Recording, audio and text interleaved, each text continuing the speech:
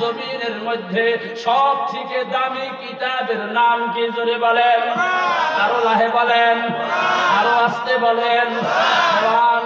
কিন্তু সেই কোরআন শরীফ মুসলমান সমাজের মধ্যে হাজারো ঘর আছে, অনেক পরিবার আছে, 100-র মধ্যে বর্তমান 90টা বাড়িতে ছেলে মেয়েরা কোরআন শরীফ পড়া জানে না। একটু জোরে কোন কথা ঠিক কি নয়? আরো জোরে কোন কথা ঠিক কি নয়? 90 জন পড়া জানে না। এখন যদি আমি বলি এখানে যারা আছি কয়জন কোরআন পড়া জানেন? হাত তোলেন যুবকেরা। তুলবেন না, হাত তোলার কথা বলি নাই। 2-4 জনে দেখবেন হাত তুলবে, বাকি অনেক জনে দেখবেন মাথাটা নিচের দিকে দিয়ে খালি মাথা খাই যাইব। কথা কন ঠিক না? ঠিক না গো?